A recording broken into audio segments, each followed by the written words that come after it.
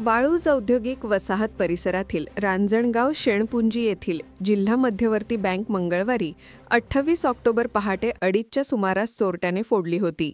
त्याला तिजोरी सापडलीच नाही, त्यामुळे बँकेतील 12,35,000 रुपये रोख वाचले होते. बँक फोडणारा संशयित निलेश अनिल शिलवंत राह ब्राह्मणवाडा वळदगाव याला वाळूज MIDC पोलिसांच्या गुन्हे प्रकटीकरण पथकाने अटक केली आहे. अशी घडली होती घटना. बँकेचे शाखाधिकारी वसंत दांडेकर सकाळी 10ला बँक उघडण्यासाठी आले असता कुलूप तुटलेले दिसले. त्यांनी लगेचच ही बाब वरिष्ठांना सांगितली.